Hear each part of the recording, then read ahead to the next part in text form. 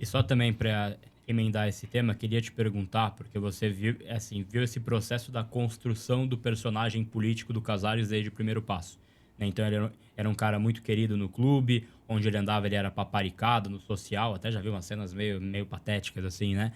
Mas ele tinha muito esse controle político, ele dominava muitos conselheiros. E aí ele foi derretendo no poder conforme a bola não entrava, conforme tinha ali a parte esportiva, mas conforme ele tinha também escolhas políticas, né? E aí queria um pouco da sua leitura, porque você desde o ponto 1, né, desde o ponto do Júlio Aclamado, você já era contrário à forma que ele fazia a gestão. Onde você acha que o Júlio derreteu e qual que é o próximo passo que você pensa a respeito aí desse presidente do São Paulo? Acha que vai rolar impeachment, renúncia, de repente? Queria ouvir um pouco da sua visão. O processo de impeachment, vou começar pelo final da pergunta, depois eu vou lembrando do começo, mas o processo de impeachment é um processo, assim como um impeachment, talvez para o torcedor que não esteja acostumado, é o processo de impeachment que a gente tem na esfera federal. Acaba sendo um processo político. E aqui eu não vou entrar em política, Deus me livre, não quero falar de polarização de um e de outro assim, mas acaba sendo um processo político.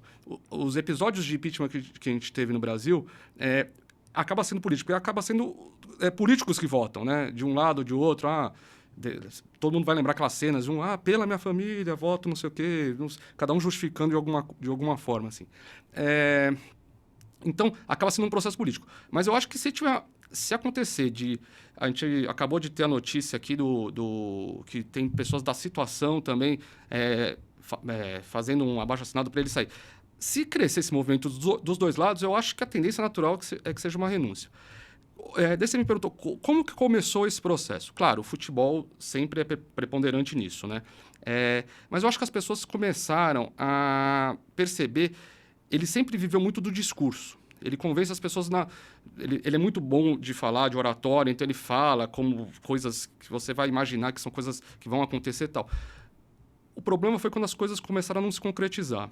Então, você pega lá, ele começava, em 2021, estamos ainda saindo da pandemia, mas em 2022 a gente vai ter uma situação financeira melhor. Em 2023 vão estar tudo resolvido. E daí, ano após ano, a dívida aumentava.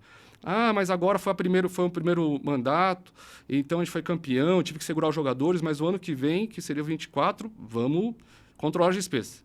E as despesas aumentando. Não, mas agora 2025, corte geral. 2025 não vamos gastar. E aí as despesas aumentando. Então, assim, estou pegando o exemplo de fluxo de caixa, receita e tal, mas tem vários outros exemplos.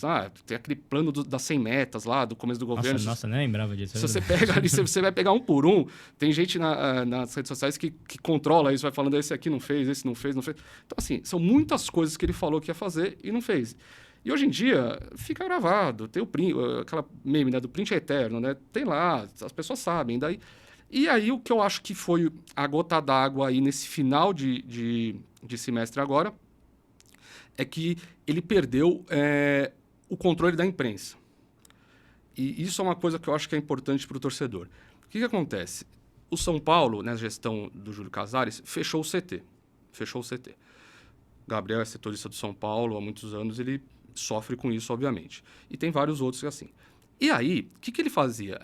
Como o jornalista que vive de notícia não tem notícia, ele dava notícia para alguns jornalistas, em troca, o jornalista não poderia falar mal dele, da gestão. Então, assim, não é que ele falava, você não pode falar mal de mim. Agora, se você falasse mal dele, ele não ia te dar uma notícia. Ele, quando eu falo, é o Júlio, mas é a gestão, porque tinha o diretor de futebol, tinha várias coisas. Então, os jornalistas ficavam refém. Para conseguir dar notícia, porque é do que vive o jornalista, ele precisava dar notícia. Para dar notícia, ele não podia falar mal. Então, a gestão foi blindada nesse tempo, através do diretor de comunicação, que é horroroso.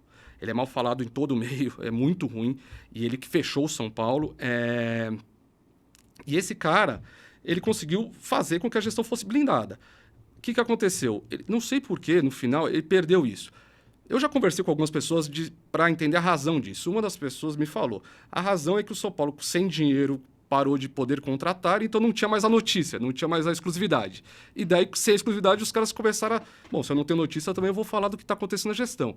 E daí, a coisa começou a aumentar, e até que veio a gota d'água aí com áudio aí de 2 semanas atrás, e a tendência é só piorar, obviamente. Esse tópico eu queria entrar também, né, até desculpa cortar o Senna, que é sobre essa questão jornalística, porque esse ponto que você fala é bom, né?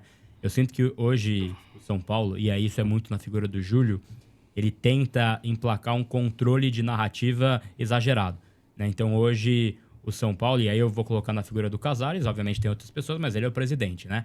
Ele não gosta daquela matéria que instiga o São Paulino a olhar por outro lado, a pensar, né? Então tem um pouco disso, de você virar refém do relacionamento com essas pessoas para poder trabalhar.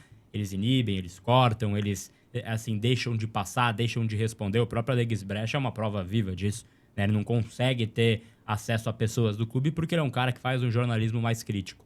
Mas eu imagino também que para todas as linhas editoriais, aí não estou falando da minha, nem do amigo do lado, mas um time em pólvora, em crise, como é o São Paulo, com a situação financeira complicada e com um racha político tão exposto como foi Belmonte Casares, ele é um prato cheio para quem quer fazer jornalismo investigativo, né? Então talvez virou um atrativo por isso. Mas sim, esse ponto de tentar controlar a narrativa é bastante verdadeiro. Tô de acordo.